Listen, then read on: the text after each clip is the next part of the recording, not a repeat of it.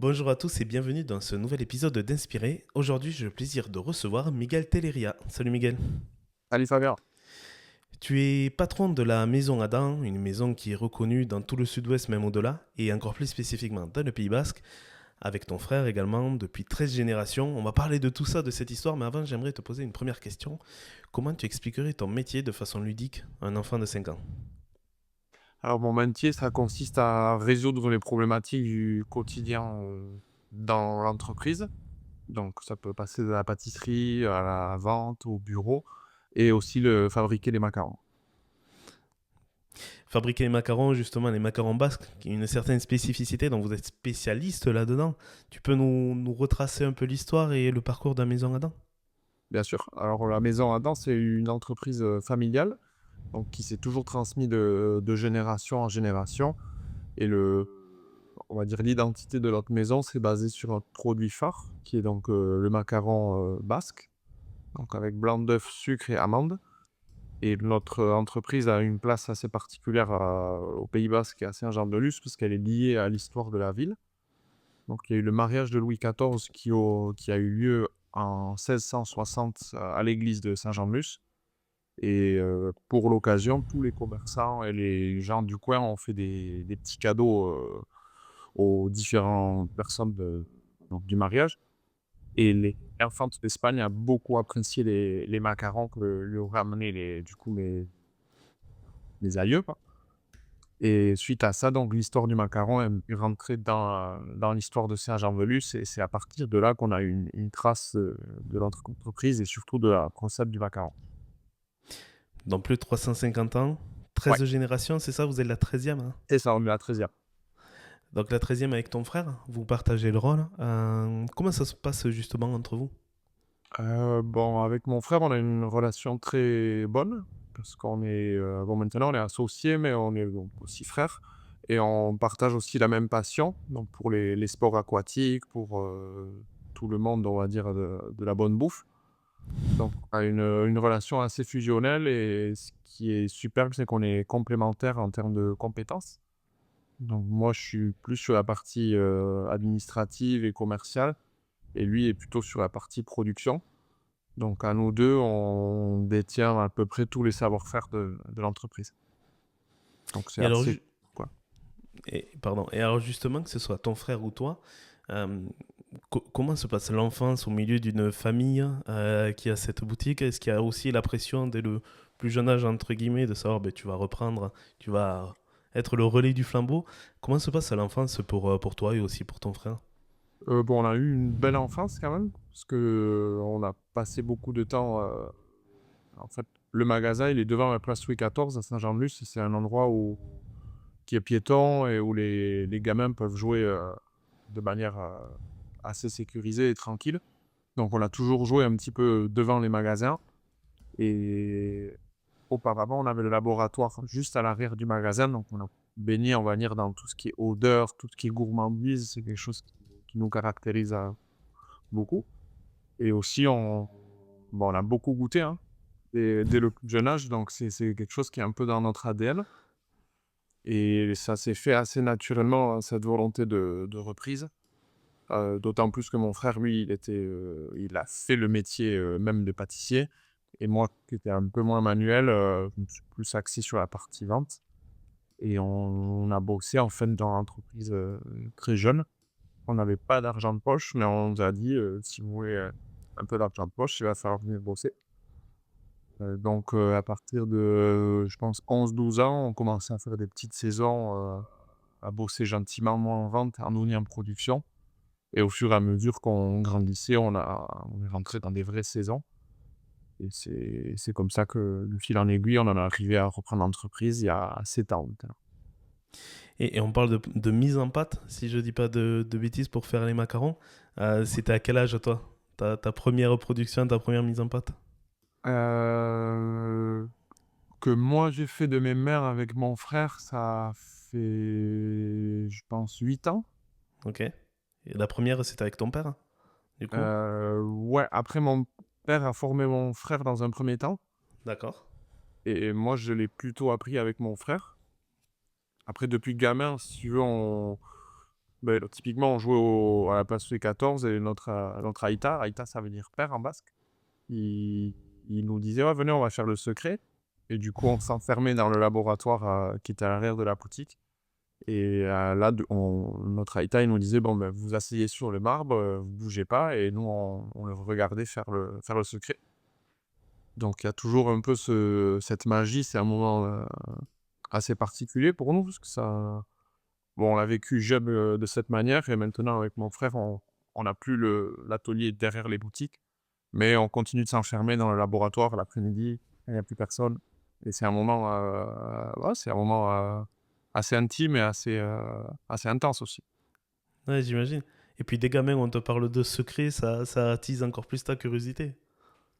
Ouais, ça attise ta curiosité. Après, c'est quand même particulier parce que des gamins dire savoir que tu dois conserver un secret qui a, bah, une importance vitale, ça va t'apprendre certaines valeurs, tu vois, de la vie, notamment, avoir une parole et faire ce qu'on dit et cetera. Donc dès le plus jeune âge, c'est assez fort comme moment et comme, processus. Et justement, pour nous parler de cette transmission, tu vas me dire si je dis une bêtise, mais le secret, la recette, elle est écrite nulle part. Ouais. Ouais, c'est transmis de manière orale, en fait.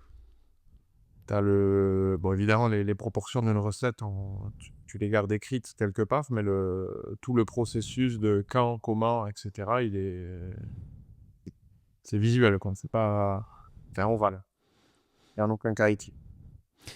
Et alors, dis-nous en plus sur les macarons basques. Pour ceux qui ne connaissent pas, qu'est-ce que c'est? Quelles sont leurs particularités? Alors, les macarons basques, donc contrairement aux macarons, on va dire, connus mondialement de parisiens, nous, c'est un seul biscuit, en fait, une coque, on va dire. Donc, c'est un biscuit qui est légèrement craquant sur l'extérieur et moelleux à l'intérieur.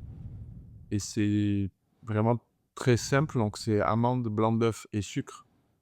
Et après, il y a toute une technique de cuisson qui est assez particulière et qui fait aussi partie du secret et qui rend le produit unique. Comme il y a différents types de macarons qui sont uniques autour de la France, hein. Ça, ceux de Nancy, ceux de la Saint-Émilion. C'est quand même un produit qu'on retrouve dans beaucoup d'endroits, mais chacun a sa spécificité. Et le nôtre, bon, il est assez unique et il est excellent avec un café, avec un thé. Ça se mange aussi comme en tapas. On peut le décliner sous mille et une façons. Enfin, moi, je sais que il y a des macarons que je préfère que d'autres chez nous. Moi, je préfère les bien cuits, alors qu'on a une majorité de la clientèle qui les préfère blancs. C'est un produit assez technique et assez changeant, qui est bah, cuit tous les matins. Et du coup, par exemple, là, aujourd'hui, bah, il pleut, il fait pas très beau. La cuisson va être plus difficile qu'hier où il faisait beau avec un vent d'est. Donc, c'est un produit assez changeant. Oui, et puis c'est pas comme s'il n'y avait pas d'entrée maritime à Saint-Jean-de-Luz. C'est ça. Exactement. Et c'est vrai que c'est un métier d'art et vraiment de détail. La pâtisserie, la boulangerie, c'est pareil. Il y a un gros travail par rapport au taux d'humidité, par rapport à l'atmosphère. Enfin, il y a beaucoup d'éléments qu'il faut prendre en compte. Ah, énormément. C'est une des difficultés majeures pour les artisans, hein, je dirais de manière générale, mais comme tu dis, c'est-à-dire que là, je pense qu'on a un taux d'humidité aujourd'hui, on doit être à 80 ou 85. Non, mais il faut s'adapter, il faut ventiler, il faut climatiser, il faut bien calculer à quel moment l'humidité monte, l'humidité redescend. C'est assez technique. Même si Et c'est alors, des retraites classiques et traditionnelles qui ont toujours été là, il y a quand même des petites variantes dans la façon de faire. ok. Et justement, pour revenir un peu sur toi, sur ton enfance, une fois que tu as eu ce secret, est-ce que de suite tu t'es dit, bah, je veux faire ça et je veux reprendre le flambeau, puisque vous aviez la chance d'être deux, voire même plus dans ta fratrie pour pouvoir reprendre le flambeau, ou tu t'es orienté à la base sur autre chose, tu voulais faire autre chose? Comment ça s'est passé à ta jeunesse? Bon, en gros, moi, j'étais un peu plus scolaire que mon frère. Donc Ando, il est parti sur une filière pro et ça lui a bien réussi parce que de suite, il a pu, bah, gagner de l'argent, apprendre un métier. Donc à 16 ans, il avait une forme d'autonomie, assez forte. Et moi, je suis parti sur une filière plus générale. Enfin, j'ai fait un bac général, à Saint-Jean et ensuite je me suis orienté vers une école de commerce. J'avais une petite idée quand même que je voulais, à terme reprendre l'entreprise, mais c'était pas décidé. On n'avait pas évoqué le timing précis, ni les conditions et cetera. Donc ça s'est décidé, je pense, autour de 18-20 ans, là, je commençais à y songer, sérieusement. Et donc, vous avez repris l'entreprise assez jeune au final. On a repris l'entreprise assez jeune, donc moi j'avais 23 ans et mon frère 27 et en toute franchise, notre Haïta, il a eu quand même un petit coup de mou et des difficultés, sur la fin de sa carrière et il nous a fait une proposition de formation pour reprendre l'entreprise dans un premier temps et une fois que cette phase de formation était terminée, nous le deal qu'on avait trouvé, c'était que OK, on est formé, par contre, on ne dirige pas l'entreprise à 2 générations et 3 têtes, ce sera à notre tour et de le faire à notre sauce, quoi. Et comment ça s'est passé? Ça a été bien accepté? Il a fallu un certain temps pour que tout le monde soit OK?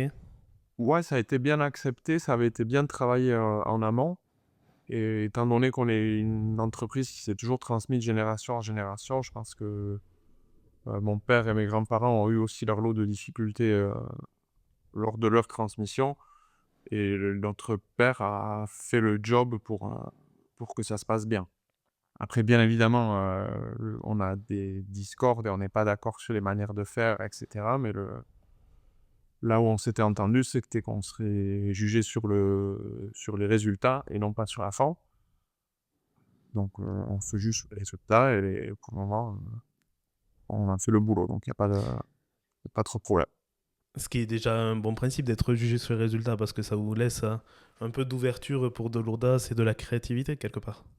Ouais et aussi sur la manière de faire, notamment la gestion humaine et la vision générale de l'entreprise où nous, on est une nouvelle génération et qui voit les choses de manière très différente. Je pense à l'écologie, je pense à l'humain en général, où la génération de mon père faisait les choses, bien, hein, à leur manière, mais qui aujourd'hui, ils auraient un petit peu plus de mal, je pense, à s'adapter dans le monde et dans le contexte général. Ouais, à leur manière, mais à leur époque aussi. Donc, Ouais, mais je sais que, par c'est exemple, les sujets d'écologie, d'emballage et cetera, nous, on a fait un gros boulot dessus, c'était pas forcément, compris, de sa part. ouais, c'est sûr qu'il faut constamment être en mouvement. C'est ce que l'on dit aussi, c'est une entreprise vivante. Bah, faut tout le temps bouger et on essaie de nous, on a la chance d'être 2 à la direction, donc on ça nous permet de nous remettre en question, régulièrement et après nous, on a aussi intégré nos plusieurs collaborateurs, sur des postes, on va dire, directifs, qui nous permettent aussi de nous remettre en question et de souvent, on procède aux décisions par des votes. Ça nous permet de voir aussi qu'il n'y a pas que les boss qui dirigent et qui prennent les décisions, mais d'entendre un petit peu différentes voix, selon, les métiers de chacun. Et alors justement, vous avez repris l'entreprise, tu avais 23 et ton frère a 27 ans, si je ne dis pas de bêtises. Euh, Comment vous avez géré, on va dire, le poids sur les épaules de reprendre cette boîte et de reprendre ce gros paquebot, entre guillemets, parce qu'il y a plusieurs boutiques, vous êtes, en fait, tu vas me le dire, mais vous êtes plusieurs dizaines de salariés. Enfin, c'est pas rien, quoi, quand on te transmet ça. Ouais, c'est pareil, hein, donc les 2 premières années, nous, on avait déjà travaillé en amont sur un plan d'action qu'on voulait mettre en place. Donc on a mis à peu près 2 ans à mettre tout ce plan en place et après là, on a la difficulté majeure, je dirais que ça a été de gagner de la légitimité et de montrer que au delà d'être les fils d'eux, on avait la compétence pour faire ce métier-là. Donc ça a été assez difficile parce que la légitimité, ça se et c'est vrai que c'est assez volatile comme chose à mesurer. Donc c'est passé par beaucoup de travail et être présent, quasiment tous les jours sur tous les sites, se donner à fond, hein, littéralement et petit à petit, on a pu mettre donc les changements en place. On a eu pas mal de staff qui ont quitté l'aventure. Donc on a dû reconstruire un petit peu nos équipes et on a misé sur les jeunes qui enfin, on était jeunes aussi, on est jeunes encore, hein. Ça nous a Oui, permis oui, je de faire confirme. très jeunes, ouais. Donc on a fait confiance aux jeunes, on a donné les responsabilités et ça nous l'a bien rendu jusqu'à présent. Mais c'est vraiment cette phase de légitimité et d'apprendre le métier qui était difficile et qui était très importante aussi. Parce qu'on nous a pas fait de cadeaux non plus, en étant les fils d'eux, qui reprenaient la boîte. Bah, c'est justement la légitimité vis-à-vis de salariés qui sont là depuis 20-30 ans et qui vont arriver les deux genoux qui vont reprendre la maison. Ça va pas être simple tous les jours, tant au niveau générationnel que peut-être certains aussi. Je vais me faire manager par un minot, ça pourrait être mon fils, quoi. Ouais, ça c'est assez difficile. Maintenant, on a eu quand même, des éléments que moi j'appelle les piliers de boîte. Donc comme tu disais, des personnes qui avaient plusieurs dizaines d'années, dans l'entreprise et avec qui on a bossé étroitement, lors de nos saisons et cetera. Donc on avait quand même une bonne connaissance de l'entreprise et ces personnes-là, ces piliers-là ont été très bienveillants et nous ont permis aussi de bien faire notre boulot et de nous accompagner, dans les difficultés rencontrées. Donc ça a été quand même, bon, il y a eu des éléments qui ont été durs à manager, mais on a certains éléments, je dirais les plus importants qui ont mis de l'huile un petit peu partout pour que notre boulot se passe bien et qu'eux aussi ont beaucoup contribué à notre réussite. Et comment ça se passe avec ton frère au niveau organisationnel? Comment vous gérez les tâches de la maison Adam? Alors, en gros, moi, je suis plutôt sur la partie, bureau et boutique. C'est-à-dire que je passe, bah, ma journée classique, c'est je passe dans les boutiques et au bureau pour, faire des petits points avec mes équipes, voir si les boutiques sont conformes à nos attentes et au style de maison Adam. Et mon frère, lui, il passe donc plutôt du temps à la production et à l'élaboration des macarons. Donc toute la partie cuisson et cetera, c'est lui qui gère tout ça. Et ensuite, l'après-midi, on a la pâte à macarons à faire. Donc là, on passe à peu près 2 heures ensemble où on réalise la pâte et que ça nous permet aussi d'échanger autour de l'entreprise et des choses qu'on a identifiées, et cetera. Et ça, c'est quand les 2 on est présents et quand il y en a un des 2 qui est en congé, l'autre prend la charge entière, de travail. C'est un petit peu plus costaud, mais c'était l'idée aussi d'être 2 patrons, c'est qu'on puisse être interchangeables, de manière à ce que, si jamais il y en a un qui a un souci de santé, l'autre peut gérer et aussi pouvoir, profiter de la vie, Et justement, comment ça se passe, la création de la recette? Parce que si je t'écoute, vous êtes que deux à connaître la recette aujourd'hui parmi les dizaines d'employés que vous avez. Alors en gros, la recette, nous, ce qu'on a conservé de secret, c'est l'élaboration de la pâte. Donc ça, on va dire que quand moi j'appelle ça faire le secret, c'est ça. Néanmoins, une fois qu'on a fait la pâte l'après-midi, le lendemain, on la prépare et on la cuit avec nos équipes, en production et eux aussi détiennent une partie, du secret, tu vois? Le coup d'œil de la cuisson, celui-là il est bon, celui-là il est pas bon, celui-là il est blanc, enfin, il y a tout un boulot aussi autour du macaron qui est pas fait que par, la direction, avec on partage avec nos salariés qui moi je considère que ça fait aussi partie du secret. Nous, on a une partie du secret et eux aussi, avec qui on le partage, font partie intégrante du secret des macarons. Alors, tu parlais tout à l'heure avec ton frère, vous avez voulu apporter votre patte, justement, dans la société. Euh, Comment tu travailles, enfin, vous travaillez avec ton frère, ce juste équilibre entre tradition, héritage et modernité? Ah, c'était un vrai sujet, hein, on a essayé de bien travailler l'image de la maison, parce qu'on avait eu, dans les années avant qu'on rentre au niveau des logos et cetera, c'était pas très, très clair et ça s'est un petit peu cherché donc on a bossé, de manière à ce qu'on ait des visuels où on se dise, ça a toujours été là, mais ça a un côté un petit peu, sans prétention, mais tu vois, classe, chic, quelque chose qui soit pas non plus, trop bling bling, mais Mm. qui fasse pas tâche non plus au milieu du Pays basque, dans une entreprise, pluricentenaire comme la nôtre. Donc ça a été assez délicat et après petit à petit, au début on a fait beaucoup de modifications et maintenant on modifie les choses, avec parcimonie de manière à ce que tu vois, sur 2 3 ans, ce soit presque pas identifiable, tu te rends presque pas compte qu'il y a eu ces petits changements. Et après, on essaie de dynamiser sur les packaging, on a fait des nouvelles recettes aussi, plutôt sur la partie chocolat, où il est un petit peu plus facile de s'exprimer. Et là, on fait aussi des gâteaux basques éphémères pour, voilà, pas qu'on ait tout le temps la même offre à proposer à nos clients, malgré le fait qu'on soit une entreprise, old school, on essaie de se réinventer. Et c'est là où le curseur, il est un peu, difficile et délicat. C'est-à-dire qu'on ne peut pas donc on n'est pas une start-up qui peut, tu vois, lancer une nouvelle spécialité et un concept monoproduit autour de ça. Il faut quand même qu'on respecte l'univers, Maison Adam et l'attente de nos clients. C'est le curseur est pas évident à bouger.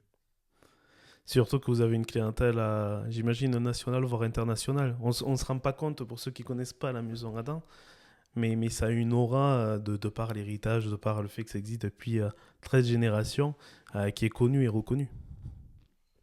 Ouais, on a donc quand même eu beaucoup de clientèle nationale, hein, parce que nos boutiques sont dans des stations balnéaires, donc on a quand même des gens, des 4 coins de la France qui viennent. On a une belle clientèle espagnole aussi. Et Biarritz, c'est quand même plus international que Saint-Jean. Donc on a quand même un petit peu des Japonais, on a des Américains, on a un petit peu de Russes. Donc ça bouge un petit peu et on est, entre guillemets, «dépendant» aussi des différentes formes de tourisme qu'il peut y avoir dans notre région. Donc ça dépend aussi des périodes de vacances scolaires. On sait que ça va être assez national. Les mois comme le mois de juin, le mois de septembre, c'est plutôt un tourisme international, avec des personnes un petit peu plus âgées. Le tourisme de couple aussi qui est de plus en plus présent. Ça bouge un petit peu, mais c'est voilà, les grandes lignes, c'est quand même, principalement français, espagnol et ensuite, ouais, international, en revend. Et alors, tu parlais tout à l'heure de bouger les choses avec parcimonie. Est-ce que justement tu as des anecdotes de ces 13 générations? J'imagine que chacun a apporté un peu sa pierre à l'édifice pour faire ce qu'est aujourd'hui la maison Adam. J'imagine que tu dois avoir, de par les archives, etc., on va en parler aussi de tout ce côté histoire, mais quelques anecdotes là-dessus. Ouais, après principalement l'entreprise et la recette du macaron est très vieille, mais on va dire la partie, pâtisserie, tu vois, maison Adam à proprement parler, c'est quelque chose qui est plus récent. C'est-à-dire que le macaron, c'était bon, c'est un dessert ménager, hein, littéralement. Et donc, la recette s'est transmise de génération en génération. Et c'est il y a un peu plus de 4 générations qu'ils se sont dit, il commence à y avoir du tourisme, on vit plus uniquement de la pêche dans la région, donc on va lancer un petit commerce avec des macarons, des pastilles à la menthe. Juste après qu'ils aient fait, ça a été une auberge pendant un moment. Ensuite, ça s'est vraiment axé sur la partie pâtisserie. Et chaque génération, depuis mon arrière-grand-père, on a mis sa pierre à l'édifice avec ses petites anecdotes. Je sais que mon arrière-grand-père, il avait ouvert une boutique, au Port-Vieux à Biarritz, vers les années 30, une boutique, un stand. Et ensuite, bon, il y a eu la guerre, quoi. On a fermé boutique, et les fours ont été réquisitionnés, et cetera. Ensuite, les belles anecdotes, je pense qu'il y a mes grands-parents qui ont fait un gros, gros boulot, pour mettre, la maison Adam là où elle est aujourd'hui. Je pense notamment à ils ont développé toute la partie pâtes fraîches, donc des produits de très bonne qualité. Et ma grand-mère aussi, elle a développé ce que moi j'appelle le service maison Adam. Il y avait une qualité de service, qui, j'espère est bonne, tu vois? Pas dire non aux clients, essayer de toujours, trouver des solutions. Et ensuite, lui, mon père a développé l'entreprise, en ouvrant des boutiques à Biarritz. Donc chacun a un petit peu mis sa pierre à l'édifice, en faisant bouger des des petites choses, une introduction de recette, processus et cetera. Donc c'est pas évident à dire: «Il s'est passé ça, ça, ça, ça», Ouais, ouais. mais chaque génération a eu, voilà, sa pierre à l'édifice et a contribué à ce que nous, on ait un outil de travail, qui soit au top. Et justement, avec ton frère, quels sont les objectifs à long terme où on pourra vous dire dans 30 ans, ben, vous avez vous aussi apporté quelque chose à la maison Adam, ce serait quoi? Nos objectifs, nous, c'est on n'est pas sur une volonté de, tu vois, de croissance, de doubler le CA, d'avoir, le double de personnes en plus, travaillent pour Maison Adam. C'est plus, continuer à suivre notre chemin, sans prétention et là, on va faire des travaux dans notre atelier de production et l'idée, c'est qu'on ait tous les sites soient confortables à travailler, bien pour nos salariés et qu'on soit aussi l'entreprise vertueuse, tu vois, pour une PME bien sûr, hein, mais vis-à-vis de la nature et des ressources qu'on peut avoir, le beau, le propre possible, ayant le moins d'impact, à terme sur l'environnement.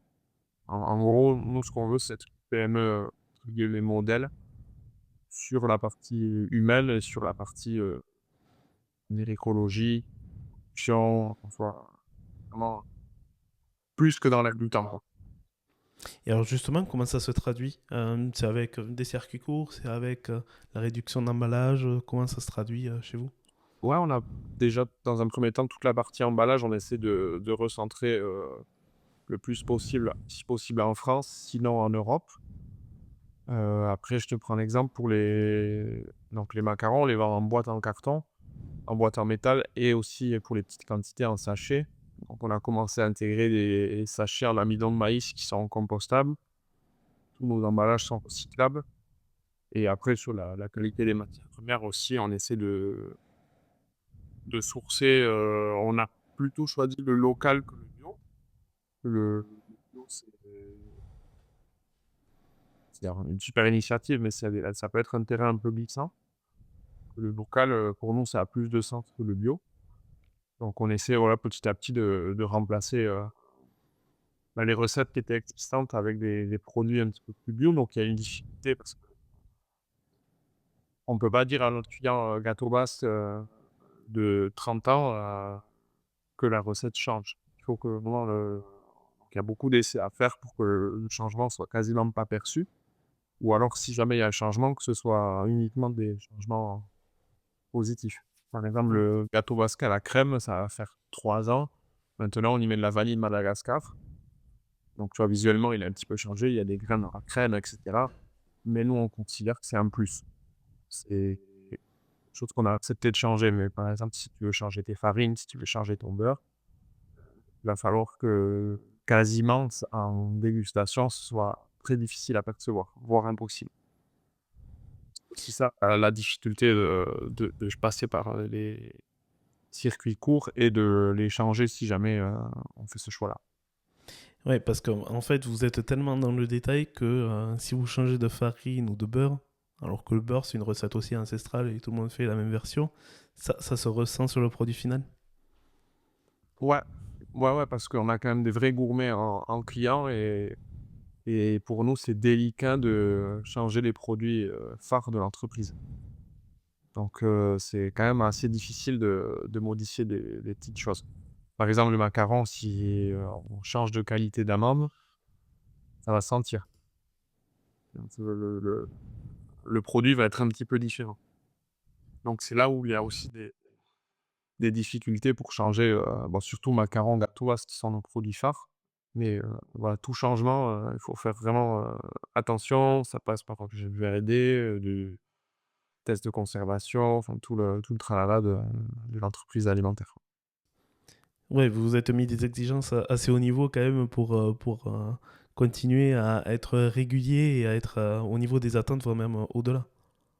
Ouais et aussi, quand même la concurrence aux Pays-Bas, parce qu'il y a des super pâtisseries, avec un niveau, moi je trouve croissant donc, on peut pas non plus, s'endormir sur nos lauriers et pas se remettre en question parce que Les autres, ils font des choses super et il faut que nous, à minima, on se mette, un niveau d'exigence, qui est le nôtre et qui nous a permis d'arriver là.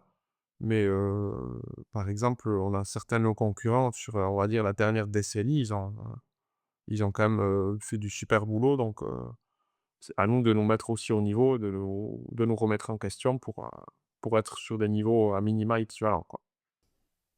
Et alors justement, au niveau des produits que vous proposez, au-delà des macarons, tu en as parlé un petit peu. Quels sont les autres produits? Est-ce qu'il y a des produits, c'est ça qui m'intéresse aussi, qui deviennent un peu phares, alors peut-être pas au niveau du macaron, tu vois, mais qui ont vraiment pris de l'ampleur chez vous? Bon, nous, en gros, donc on fait macarons, gâteau basque. Après, on fait aussi des goûters, qu'on appelle nous les moelleux. Donc ça va être des petits cakes, à différents parfums et on fait aussi du chocolat. Donc, sur la partie chocolat, nous, on n'est pas producteur, donc on fait pas, ce qu'on appelle le bean to bar, mais on travaille, de la confiserie chocolatière. Donc on fait des bonbons de chocolat, on fait, bon, des différentes confiseries, des orangettes, et un produit qu'on a lancé qui commence à avoir vraiment une belle place dans nos linéaires, on a le praliné à tartiner. Donc on a beaucoup bossé pour avoir un produit, qui soit, superbe. Ça c'est nous on est très contents de ce produit-là. On a aussi développé les chocobons, donc ça va se rapprocher des chocobons de chez Kinder, mais avec du meilleur chocolat, avec un meilleur praliné et cetera. Donc on a bossé des petits produits comme ça. On a les aussi des orangettes qui sont, donc super bonnes. Nos orangettes, c'est des oranges confites roulées dans de la poudre de cacao et ensuite enrobées de chocolat noir. Et on essaye, voilà, comme ça, de développer des produits, certains qui sont pour être référencés à l'année. Et ensuite, on travaille aussi des produits éphémères pour, dynamiser nos gammes et répondre aux attentes de la clientèle. Et c'est justement par là aussi que passe peut-être l'innovation et cette possibilité de pouvoir créer et imaginer des choses avec ton frère. Ouais, c'est exactement ça parce que typiquement le macaron, bah, on va pas innover, sur le macaron, c'est un produit qui est un peu intouchable. Les gâteaux basques, voilà, on s'y est mis depuis quelques années pour, voilà, pour dynamiser, même pour nos équipes, ça permet dans le travail de la vente, de proposer quelque chose, de différent de ce qu'on peut rencontrer d'habitude. Donc on fait un gâteau basque au praliné, on fait un gâteau basque aux agrumes, on fait un gâteau basque au citron, on va bientôt en faire un au café. On essaye de voilà, sur des éditions limitées, sur environ un mois, on propose ces produits-là et après en chocolaterie, on essaye aussi, voilà, de changer certaines petites spécialités et on va essayer de repartir un petit peu, de revisiter des grands classiques, de la chocolaterie. Et tu parlais juste avant du lien très fort au niveau territoire entre la maison Adam et le Pays Basque. Est-ce que tu peux nous expliquer un peu ça et l'importance de cet ancrage? Ouais, donc la maison Adam, malgré le nom, c'est une entreprise qui est originaire du Pays basque et elle a toujours été dirigée par des Basques et nous, on met un point d'honneur quand même à respecter, notre culture et de l'endroit d'où l'on vient. Et enfin, moi, par exemple, je me considère basque et j'essaye de faire transpirer un petit peu ces valeurs-là, sans rentrer dans le folklorique, mais dans notre entreprise. Et par exemple, nous, les macarons, sur nos boîtes, on a écrit Pare Gabea. Littéralement, ça veut dire sans pareil, pour voilà, marquer le fait que notre recette du macaron est unique, elle nous appartient et on le fait dans le respect des règles de l'art un petit peu. Et après sur la partie basse, on a mis, on va dire, un point d'honneur aussi à décorer nos magasins avec des tableaux de peintres qui ont peint des scènes basques, voilà, qui ont contribué, je pense, aussi à la renommée de notre maison. Et ensuite, pour la partie, matières premières et cetera, on essaie de se sourcer le plus possible au Pays basque. Bien évidemment, il y a des contraintes parce qu'on n'a pas non plus un territoire avec, énormément, d'agriculteurs ou de producteurs qui permettent de nous tenir sur les volumes, mais on essaie de travailler ça. Et justement, comment ça se passe la vision que tu as avec ton frère pour les décisions, pour la partie organisationnelle et pour justement cette stratégie que j'imagine vous remettez aussi en cause régulièrement. Disons que nous, on a les deux, on a un droit de veto, en fait.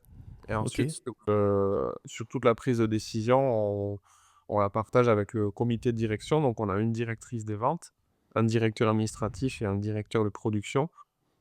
Et quand on a des sujets ou des choses à travailler, on les évoque tous ensemble. Et si jamais des accords, on vote et on fait à la majorité, hein, avec une capacité, enfin un droit de veto de la part des directeurs si vraiment c'est pas possible pour l'un d'eux, qu'on n'a encore jamais utilisé. Mais par exemple, la couleur des emballages, le choix de telle boîte ou de telle boîte, on vote. Et ensuite, bah, la vous, majorité l'emportera. vous avez un garde-fou quand même. Ouais. Ouais, ouais, on essaye d'avoir un garde-fou et surtout de pas que toutes les décisions ne soient pas uniquement centralisées sur la direction, parce qu'on n'a pas, enfin, on a beau être patron, mais on n'a pas non plus inventé la poudre et on sait pas tout, on n'a pas toujours le bon choix, la bonne décision. Donc on essaie de prendre conseil autour de personnes compétentes, et ensuite on avance. J'aimerais revenir un peu sur la relation que tu as avec ton frère, hein. Cette relation qui est un peu fusionnelle, j'ai l'impression, enfin, qui est même carrément fusionnelle. J'ai relevé une phrase qu'avait dit ton père à propos de vous qui disait nous sommes frères, meilleurs amis, associés et gardiens l'un de l'autre. Ouais. C'est à ce point-là. Ouais, parce qu'en fait, on est deux frères juste. Ouais. Donc on a 4 ans d'écart et mon frère, moi, il m'a toujours protégé depuis gamin, parce que j'étais le petit frère, lui le grand frère. Et après, on fait le même sport, on a les mêmes passions, donc sur les sports aquatiques de manière générale. Et ça nous a amené dans toute notre vie à faire des voyages autour de cette passion. Et on a toujours partagé ça, donc on a la relation de, voilà, de frère de sang, quoi, et de meilleurs amis parce qu'on a vraiment cette passion commune qui est à un niveau équivalent, donc c'est quelque chose qui nous alimente énormément et qui permet aussi de couper du boulot et aussi de garder l'un de l'autre parce que, bon, au travers de notre passion, ça nous est arrivé de nous mettre dans des situations, plus ou moins dangereuses et voilà, de veiller un petit peu l'un sur l'autre, quoi. Donc c'est aussi ça, la partie, entre guillemets «gardien», c'est particulier, mais c'est vrai. Non, mais ça fait rêver pas mal de fratries d'avoir ce côté très fusionnel l'un et l'autre. C'est incroyable. C'est incroyable, c'est une chance, hein, on en a Ouais. conscience, on l'entretient, hein, parce que c'est évidemment comme toutes les fratries, c'est pas facile tous les jours, il y a des facettes, de l'un et de l'autre frère qui, je pense, font pas forcément rire l'autre, mais ça fait partie voilà, de l'héritage familial et on essaie nous de l'entretenir et de prendre soin de cette relation parce que je pense qu'elle est clé pour l'entreprise. Elle est clé aussi pour, bon, le bien-être de moi-même et de mon frère. Donc voilà, on la bichonne et on essaie aussi voilà, de respecter l'autre, ses choix et tout. Tu parlais de risques que vous prenez sur vos passions. Et tu peux en dire plus quelles sont vos passions communes Ouais, nous, autour de l'eau? depuis gamin, on fait du bodyboard. Donc c'est un sport aquatique avec une petite planche avec des pales et ça fait plus de 20 ans qu'on en fait et on a eu la chance de voyager, à différents endroits du monde voilà, pour surfer des vagues et voilà, on s'est déjà mis dans des situations, des vagues assez grandes et voilà, où il y a un danger réel et le fait d'être régulièrement, enfin maintenant moins ça, mais le fait d'être ensemble sur ces moments-là, on essaie de veiller sur l'autre et vice versa. Si on n'est pas des sauveteurs et ni des médecins, avoir toujours un œil sur l'autre engin. Toujours accompagné, jamais se jalouser l'un l'autre. Non, parce que c'est pas comme ça qu'on nous a éduqués et si, j'en sais rien, mon frère a une réussite, quelconque sur quelque chose que j'ai pas eu, je vais être, content pour lui plutôt que serrer les dents, quoi et vice versa. Et Si je devais poser la question à ton frère, qu'est-ce qu'il dirait de toi? C'est-à-dire en qualité, défaut, un truc comme ça? En qualité, on va pas parler des défauts. Bon, il y en a des fois, mais Je te laisse euh, en parler si tu veux. je pense qu'il dirait que qu'il peut avoir une confiance aveugle en moi et que pour les coups durs, il pourra toujours aussi compter sur moi. Et toi, tu dirais quoi de lui? Bon, la même chose, parce que c'est la personne sur qui je peux le plus compter. Et que moi, vu que je suis le petit frère, ça a toujours été un... enfin, le petit frère regarde ce que fait le grand frère et s'en inspire. Donc moi, j'ai toujours été le petit frère à essayer de faire comme le grand frère et de suivre ses parents, quoi. Faire du mimétisme, ça nous boulot, des fois. Pas du mimétisme, mais sur les grandes lignes, essayer de faire ouais, des choses qui se ressemblent. Ok. Il y a une fois où tu l'as surpris, dans le sens où tu as, on va dire, le petit frère a dépassé le grand frère, sans esprit de compétition, mais tu vois, dans l'idée. Euh, je pense que je suis plus batailleur que lui. C'est-à-dire que je vais, s'il y a quelque chose auquel il y a des réelles difficultés, que ce soit, on va dire, un problème manuel ou un problème intellectuel, je vais peut-être tendance à aller creuser un petit peu plus et à batailler, sans forcément atteindre un bon résultat, hein, mais à passer du temps dessus. Et je sais Ok. que c'est quelque chose qui le surprend parce on a un côté un peu sanguin, nerveux, et des fois, lui, il lâche complet et moi, je vais plus batailler, quoi. Le basque est sanguin. Paraît-il.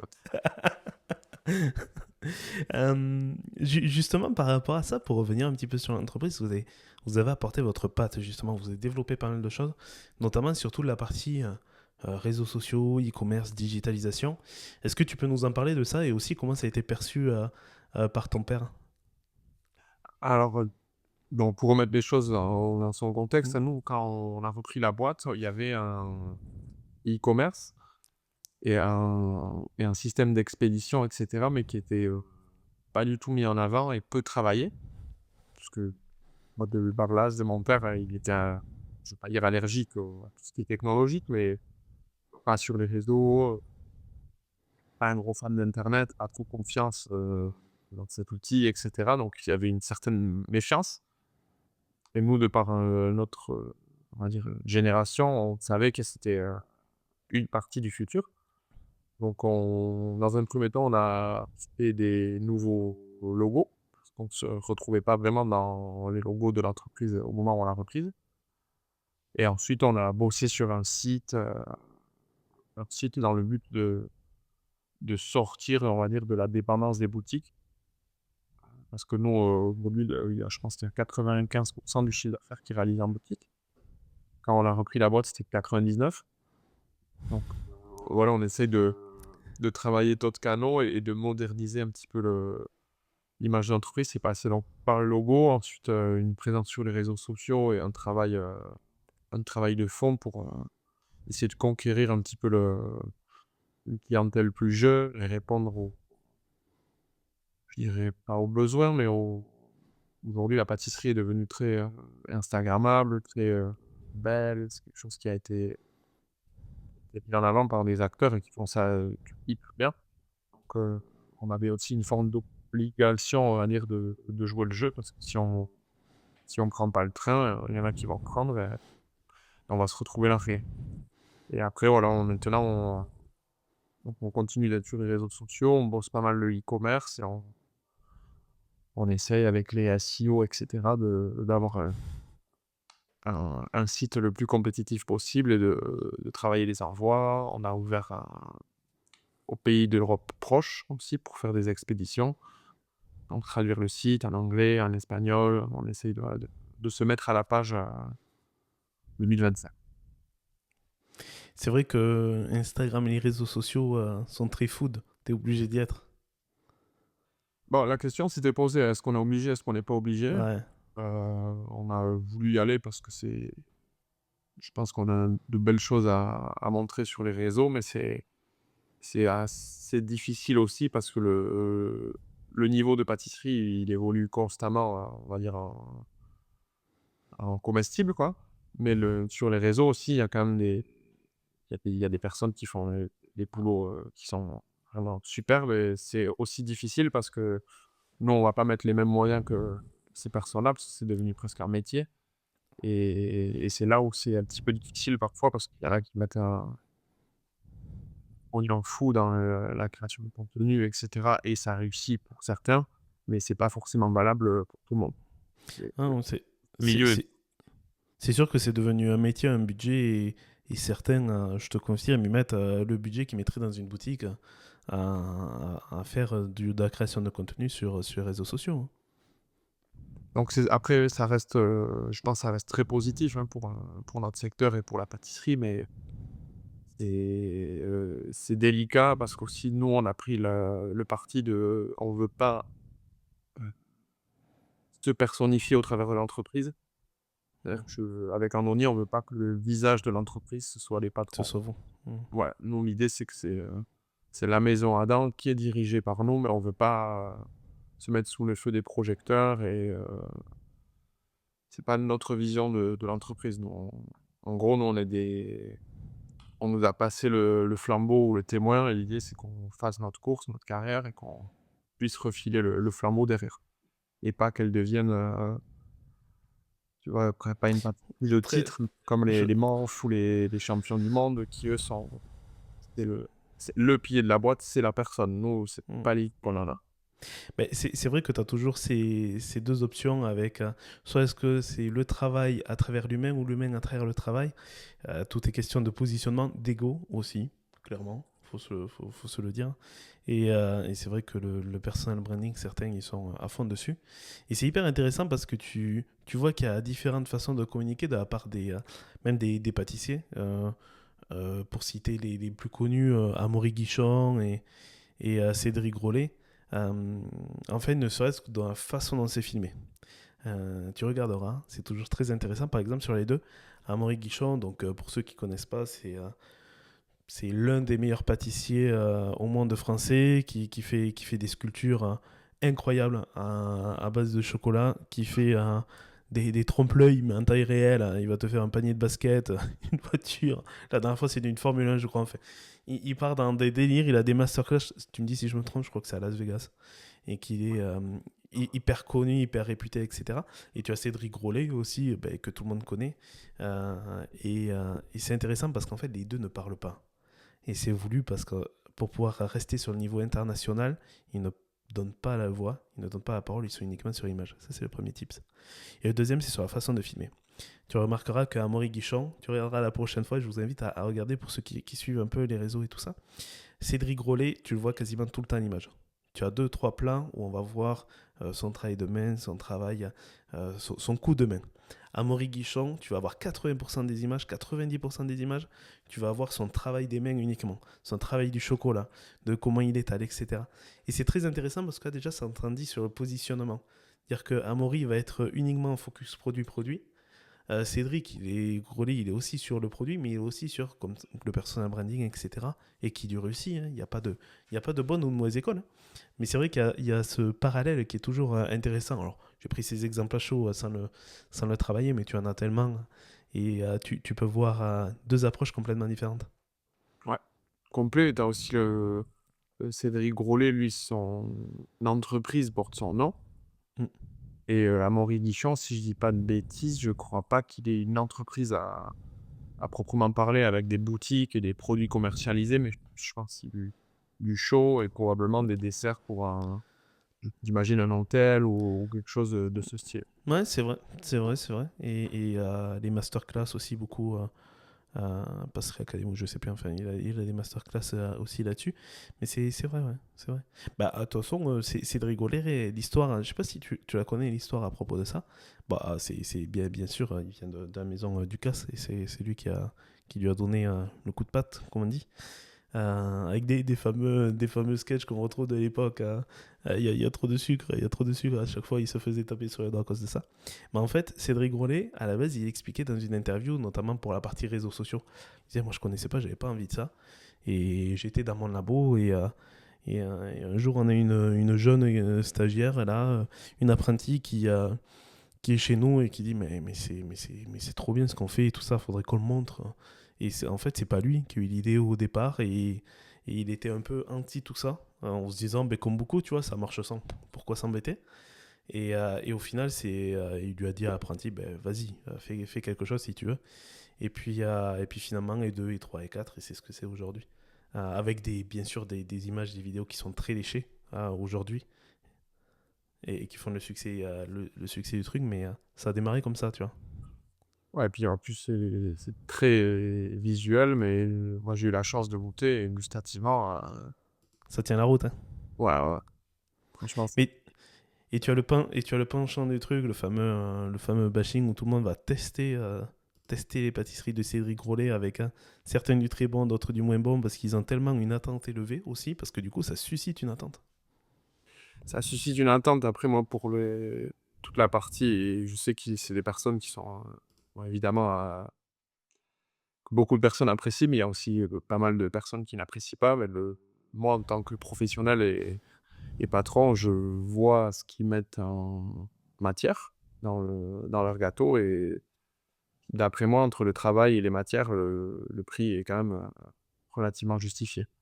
Hmm. C'est-à-dire que pour ceux qui savent combien coûte de la vanille et quand on voit la quantité de vanille qu'il peut y avoir dans des gâteaux, bon, c'est pas étonnant que ça coûte cher. Ouais, exactement, exactement. Mais voilà, c'est vrai que c'est intéressant. Et du coup, aujourd'hui, ben, ça commence à prendre une partie du chiffre. Vous avez une personne à la communication dédiée là-dessus. Enfin, vous avez aussi mis en place pas mal de choses, vous, de votre côté.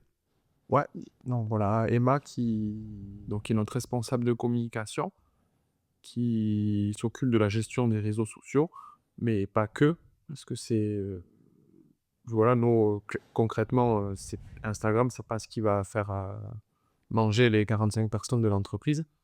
Donc, elle s'occupe aussi de toute la partie partenariat, de la partie relation avec les fournisseurs où il y a des échanges de visibilité, etc. C'est pas un boulot uniquement sur les réseaux sociaux. Il y a une partie qui est importante dessus, mais pas que. Et aussi, on travaille LinkedIn, on essaie de travailler les autres réseaux afin voilà, de répondre un petit peu à toutes les attentes de notre clientèle et du public en termes de communication. Tu parlais de partenariats. Vous avez aussi des partenariats avec des grandes maisons. Est-ce que tu peux en parler un petit peu de ça ou... Ça fait 5 ans qu'on on a un partenariat avec la grande épicerie de Paris. Nous, jusqu'à présent, on a toujours conservé comment dire, l'exclusivité de la vente de nos de... produits. Ouais. Et on a eu une belle opportunité avec la grande épicerie de Paris, c'était pendant le Covid. Donc on a saisi un petit peu l'opportunité et on s'est rendu compte qu'il y avait des personnes qui étaient, qui appliquaient les consignes, les mêmes consignes que celles que nous on applique en boutique. Donc on a travaillé en partenariat avec eux et on est présent sur Paris environ 3 à 5 semaines par an, où donc on est revendu. Et c'est un format qui permet voilà, de toucher notre clientèle parisienne, puisque c'est une clientèle importante pour la maison Adam. Et aussi, voilà, de dynamiser. Ça aboutit sur un partenariat de boîtes co-brandées qui, voilà, qui sont distribuées par la grande épicerie et par nos soins et dont on est content parce que ça nous permet de nous associer à une boîte, enfin, une entreprise, voilà, qui est scalée et qui est quand même une référence dans le milieu on va dire de la bouffe quasiment mondialement. Après, on a aussi fait une collaboration avec Yves Saint Laurent autour d'une boîte, une boîte à sucre qui était brandée par Yves Saint Laurent. Et voilà, petit à petit, on essaie de travailler avec des entreprises phares et qui, on va dire, mettent Maison un an sur la map. Parce que clairement, sur la grande épicerie ou de Saint-Laurent, ils n'ont pas besoin de Maison Adam pour exister. Mais c'est intéressant d'avoir une collaboration avec ces marques-là et qui nous permettent voilà, de travailler notre image et d'essayer de continuer de s'améliorer, hein, tout simplement. Ouais, bien sûr. Et comment ça se passe, ce type de partenariat, que ce soit avec le milieu du luxe, avec le milieu de la grande épicerie, etc. Comment tu l'expliquerais, l'intérêt que vous y trouvez, et même comment ça s'est fait au début? Comment ils vous ont trouvé Alors, je pense qu'il y a un réel intérêt parce que bon, la pâtisserie est à la mode, est en vogue depuis quand même, je pense 15 ans. Et je dirais que tous les grands acteurs de la pâtisserie, je pense, bon, on a cité Amaury Guichon et Cédric Grolet qui sont, on va dire, c'est actuel de nos jours, mais je pense au Pierre Hermé, au Michalak, et cetera. Je pense que c'est des personnes qui ont déjà bossé avec ces entreprises-là, donc il y a eu une volonté de renouveau. Et il y a aussi eu quand même le phénomène de small is beautiful, où les gens voulaient pas forcément avoir ce que tout le monde a. Nous, voilà, bon, on est une petite PME, donc forcément, il y a ce côté un petit peu plus exclusif, un peu plus raf, et que les autres marques n'ont peut-être pas bossé ou ne nous connaissent même pas. Donc, je pense qu'il y a eu ce côté un petit peu de chercher de la rareté et de sortir des sentiers battus. Et après, comment ça s'est passé? Donc, moi, clairement, c'est pas moi qui m'en suis occupé. C'est mon directeur administratif, Louis Machicot, et qui a parfaitement géré le sujet et qui. Ouais, il y a eu quand même beaucoup d'allers-retours entre les graphistes, les différents contrats, faire suivre les contrats par les avocats, et cetera. Mais ça a fini par aboutir sur une belle collaboration. Et dans le cas d'Yves Saint Laurent, nous, on n'a pas eu dans, dans les contrats, on n'a pas eu le droit de vendre des boîtes. Mais néanmoins, Yves Saint Laurent avait des boîtes Maison Adam en compte-gouttes qui ouais, sont très rares, parce qu'il y avait 500 exemplaires. Et donc, en fait, on s'adapte à leur fonctionnement à eux, et c'est pas eux qui s'adaptent à les. Donc Hmm. c'est la particularité de ces entreprises-là, c'est ils sont tellement bons partout ils gardent la main sur tout, et si on veut bosser avec eux, on a pas trop notre mot à dire, quoi. Ouais, ils viennent avec une idée, un cahier des charges, et puis c'est déjà charté, quoi. Ouais, c'est déjà charté, il faut rentrer dans les costs, c'est un peu, Jacques Attali a dit: «Faut bosser comme ça, quoi».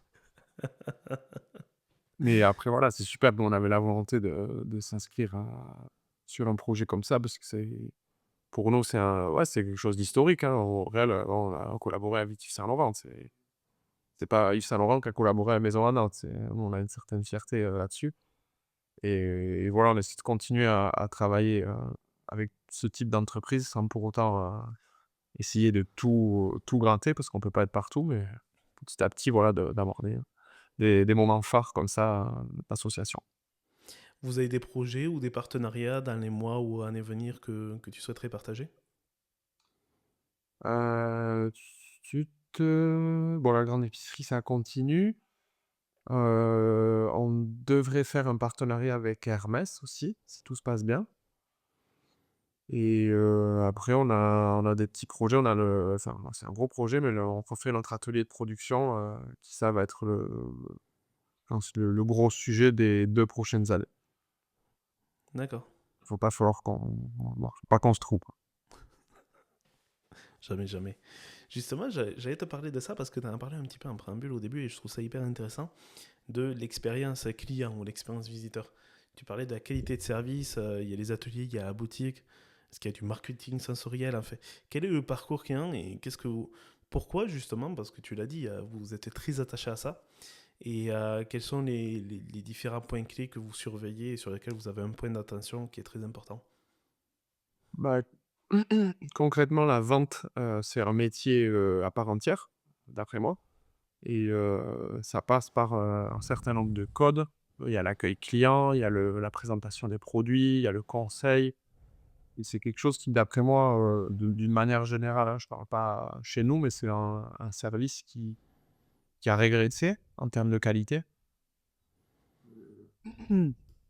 Et nous, ce qu'on essaye de faire, voilà, c'est de mettre un point de valeur à ce que les clients, soient bien accueillis, soient bien servis, potentiellement qu'il y ait un petit peu de dégustation, et qu'il y ait une expérience aussi. Le client, quand il rentre chez Maison Adam, tu vois, il y a des beaux tableaux au mur, c'est propre, les produits donnent envie.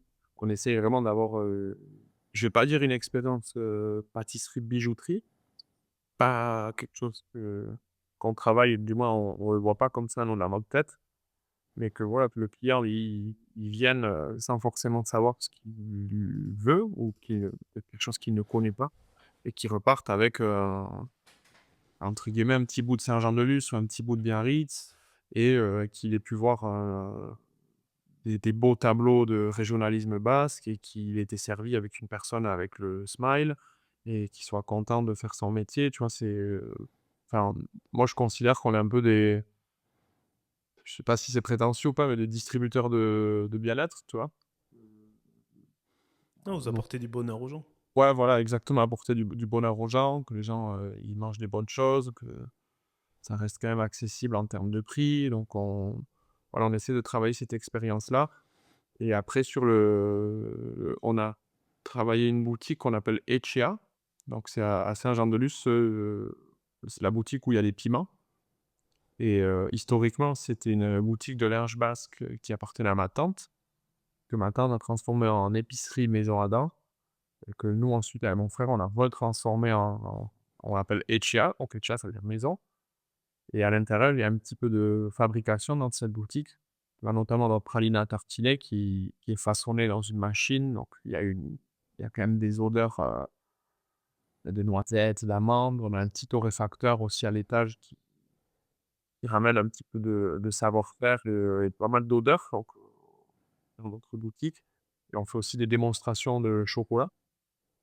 On détache un chocolatier de notre équipe chocolat qui vient 1 à 2 fois par semaine, voilà, faire un petit peu de démo, faire goûter aux gamins, leur montrer. On essaie, voilà, pas une révolution, mais un truc un petit peu à l'ancienne où, il peut y avoir l'atelier dans la boutique et c'est voilà, on met, un point d'honneur à ce qui est, une certaine, ouais, une qualité, tu vois, le chaleureux qui soit dans nos boutiques, plutôt que de tomber dans un truc assez froid et on va dire de distribution, quoi.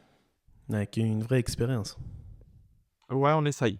On essaye. Après, c'est pas facile parce en saison, on a quand même beaucoup de bon, nous, notre entreprise, en fait, c'est pas très stable, hein, au Pays Basque. On a beaucoup de monde qui viennent consommer, particulièrement sur les vacances scolaires, les jours fériés et les week-ends. Donc on a une activité en dents de scie et quand il y a beaucoup de monde, on essaye de maintenir le service au top qualité, mais on peut pas faire le même travail avec un client quand on a 10 minutes avec lui que quand on en a 2.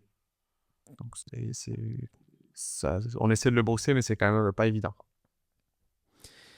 Et justement, ce qui est intéressant aussi, c'est que ça permet de mettre en avant les collaborateurs, ce côté démo, etc., et de les sortir un peu de l'ombre, si je puis dire. Ouais, c'est ça. C'est aussi de montrer des savoir-faire parce qu'aujourd'hui, nous, notre métier aussi, je pense qu'il faut faire rêver les enfants. Donc leur montrer un petit peu, parce que moi, j'ai eu la chance quand notre atelier était, derrière la boutique, on pouvait, enfin moi, j'étais en maternelle, en fait et on allait visiter avec la classe de maternelle l'atelier de production. Donc on mettait les doigts dans le chocolat, on goûtait les crèmes et cetera et ça, c'est des moments assez, forts, je pense, dans la vie d'enfant et on essaie, entre guillemets, de pas de reproduire parce que c'est pas à l'identique, mais de garder un petit peu cette proximité avec les jeunes et particulièrement avec les jeunes locaux, qui viennent de temps en temps, avec leur classe et cetera et quand même la matière chocolat, il y a un truc magique, le chocolat. Mm. Vous voyez du chocolat fondu, vous avez envie de mettre les doigts dedans. Ça sent bon, c'est gourmand, donc c'est voilà, montrer aussi que on fait de l'artisanat et que c'est accessible à tout le monde, si les gens en ont envie. Alors justement, comme on arrive bientôt à la fin de cet épisode, j'aimerais un peu parler de toi, parce qu'on a beaucoup parlé de la maison au final, et c'est très bien, c'est le but aussi, mais j'aimerais parler de toi. Justement, si tu avais un rêve, quel serait ton plus grand rêve? Si tu savais que tu ne pouvais pas échouer, à quel point tu oserais rêver grand et qu'est-ce que ce serait? Ah, en professionnel, tu parles ou en Les deux. Enfin, il n'y a pas y a pas de limite. bon, l'idéal, pour moi, en rêve, ce serait qu'on puisse avoir, en professionnel, je veux dire que tout notre staff soit, bah, heureux dans leur boulot déjà, pour commencer et si tel est leur souhait, que tout le monde puisse être propriétaire d'un logement, d'avoir un toit pour qu'ils puissent, potentiellement fonder une famille ou pas, mais être en sécurité pour, toute leur vie et aussi avoir, une entreprise la plus vertueuse possible. C'est-à-dire que on ait le moins d'impact possible sur l'environnement et qu'on puisse continuer à proposer des produits top qualité et que les clients comprennent un petit peu ces démarches et aussi l'entreprise où il n'y a pas de problème, même si je pense que ça n'existe pas, mais voilà, en professionnel, ce serait ça et en personnel, je pense que ce serait être heureux aussi et beaucoup voyager quand même. Parce que c'est ma passion et pouvoir continuer à voilà, à voyager tout en bossant. Enfin, c'est vraiment Pas, des rêves, ouais. pas toujours simple à mêler les deux, mais...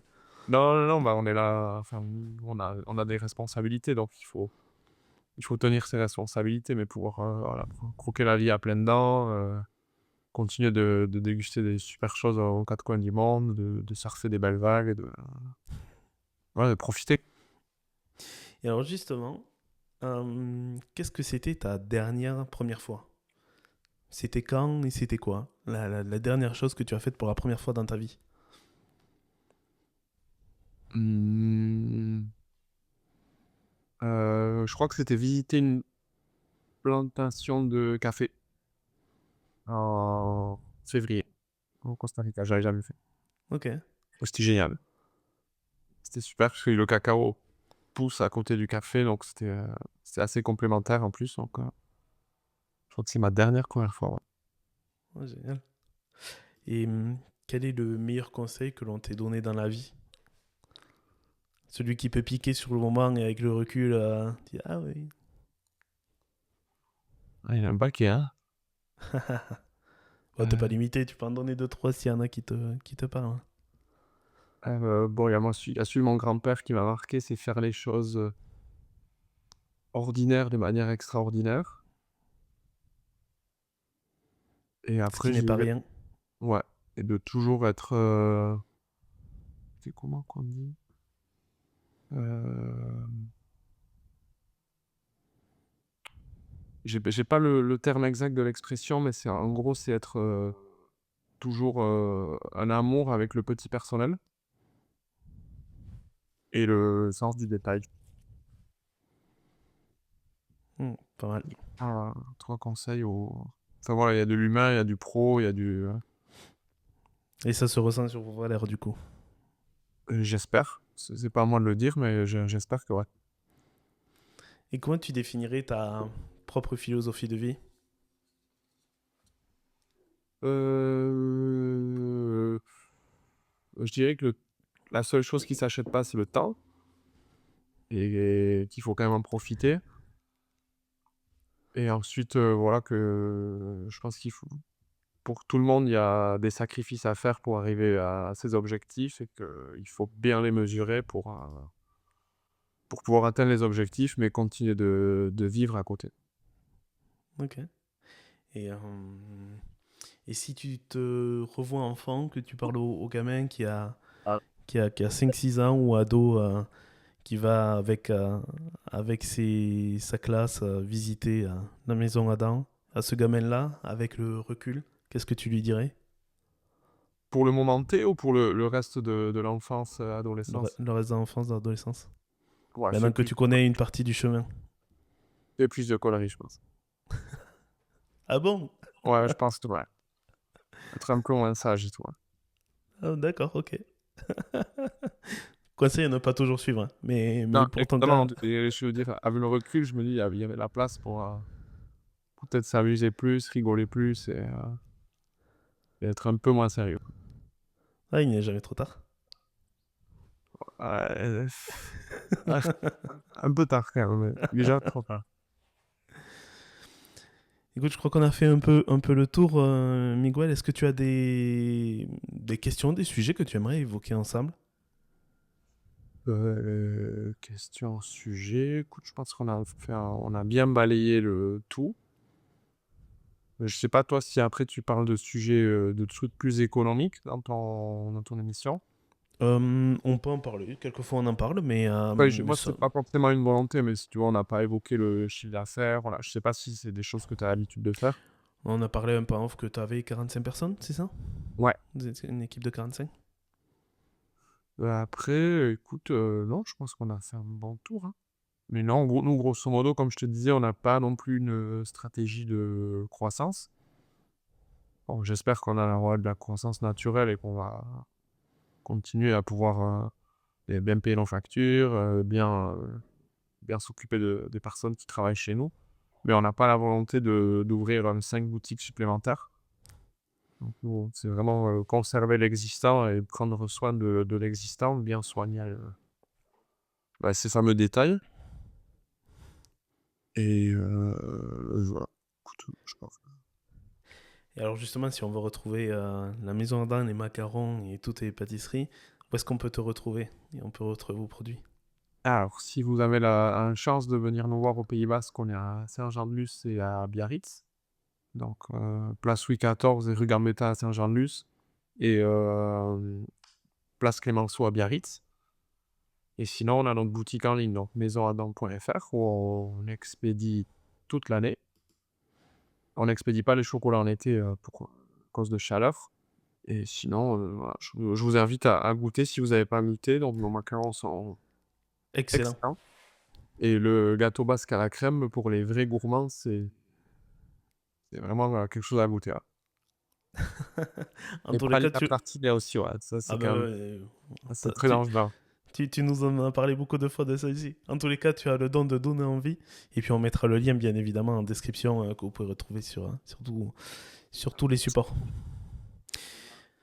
Miguel, merci beaucoup pour ce moment d'échange, de partage sur l'histoire de la maison et l'histoire de ton frère, la tienne, de ton père et voilà, de toutes ces générations qui ont suivi et puis on espère les prochaines à venir. Merci Euh, pour l'idée, en tout cas. C'était un plaisir d'échanger avec toi. Écoute, plaisir partagé. Merci à vous également d'avoir écouté cet épisode ou regardé cet épisode. Vous pouvez l'écouter en audio sur Spotify, Deezer, Amazon, Apple. On est également sur YouTube, sur Instagram, sur LinkedIn. Vous pouvez nous retrouver un peu partout. N'hésitez pas à vous abonner, à partager l'épisode si cela a fait écho pour vous. Et pourquoi pas regarder les épisodes des prochaines saisons puisque ça y est, nous sommes déjà à la 3e saison. Je vous remercie d'avoir pu assister à ce moment et d'avoir pu écouter ce moment-là. Je vous souhaite une très bonne journée et à très bientôt pour un prochain épisode d'Inspirer.